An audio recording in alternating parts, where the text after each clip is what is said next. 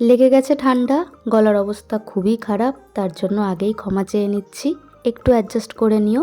তো সকাল সকাল আজ রান্নাঘরে ঢুকে পড়েছি ব্রেকফাস্ট বানাতে। ব্রেকফাস্ট কোনো দিনই স্কিপ করি না, কিন্তু রোজ দিন না তড়িজুত করে বানানোও হয় না। দুধ, কর্নফ্লেক্স, ওটস, কলা, ছাতু মুড়ি এইসব দিয়ে কাজ চালিয়ে নিই। তো আজকে মনে হলো একটু বানাই, অনেক দিন উপমা খাওয়া হয় না, সুজির উপমা, তো আজকে ওটাই বানাচ্ছি।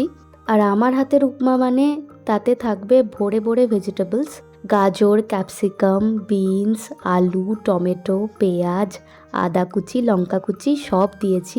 ভেজিটেবলস একটু বেশি করে না দিলে না আমার কীরকম জানি ড্রাই ড্রাই লাগে। আর উপমাতে আমি হলুদ গুঁড়োও দিই না, হলুদ গুঁড়ো ছাড়া যে ন্যাচারাল রঙটা আসে সেটাই আমার বেশি ভালো লাগে। কারি পাতাটা আজকেও মিসিং, এবার ভাবছি একটা কারি পাতার গাছই কিনে আনবো, দরকারের সময় দিতে পারি না, বিরক্তি লাগে। আর একটু গোলমরিচ গুঁড়ো আর একটু কাশ্মীরি লঙ্কার গুঁড়ো দিয়েছিলাম, স্বাদ অনুযায়ী লবণ আর একটু চিনি। উপমা বেশ হালকা নোনতা হালকা মিষ্টি হলে খেতে ভালো লাগে। আর ভাজা বাদাম আর ভাজা কিশমিশ তো দিতেই হবে। নামানোর আগে একটু ঘিও দিয়েছিলাম, সেটা আর দেখানো হয়নি। বরেরটায় আবার একটু ভুজিয়া, কাঁচা পেঁয়াজ এসব দিতে হলো। অনেকের কাছেই শুনেছি উপমা বানাতে গেলে নাকি ঘেঁটে ঘ হয়ে যায়, গলে যায়, ভালো লাগে না। তার একটাই কারণ, সেটা হচ্ছে জল। একেবারে হুশ করে জল ঢেলে দিলে কিন্তু উপমা ওরকম গলা গলা লাগবে। জলটা দিতে হবে একদম অল্প অল্প করে, নাহলে সুজি না সব জল টেনে ফুলে যায়, তখন ভালো লাগে না খেতে। উপমা ঝরঝরে বেশ দানাদার বানাতে গেলে একটু জলটা অল্প অল্প করে দিতে হবে আর বারবার নাড়াতে হবে। তো যাই হোক, খেয়ে দিয়ে বর্ত চলে গেল ওর কাজে, আর আমি বসলাম আমার কাজে। যেদিন আমি ব্রেকফাস্ট বানাচ্ছি সেদিন সকালে উঠে ঘরবাড়ি ওই পরিষ্কার করে দিচ্ছে, নয়তো সবটা একসাথে একা হাতে করতে গেলে আমার এদিকে বসতে লেট হয়ে যাচ্ছে।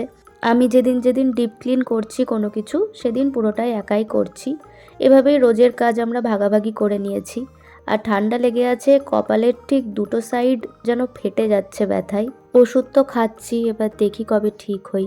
একটু পরে তারপর বাদবাকি সব কাজ সারলাম। স্নান তো সকালেই হয়ে গেছে, কাপড়গুলো সব মেলে দিলাম।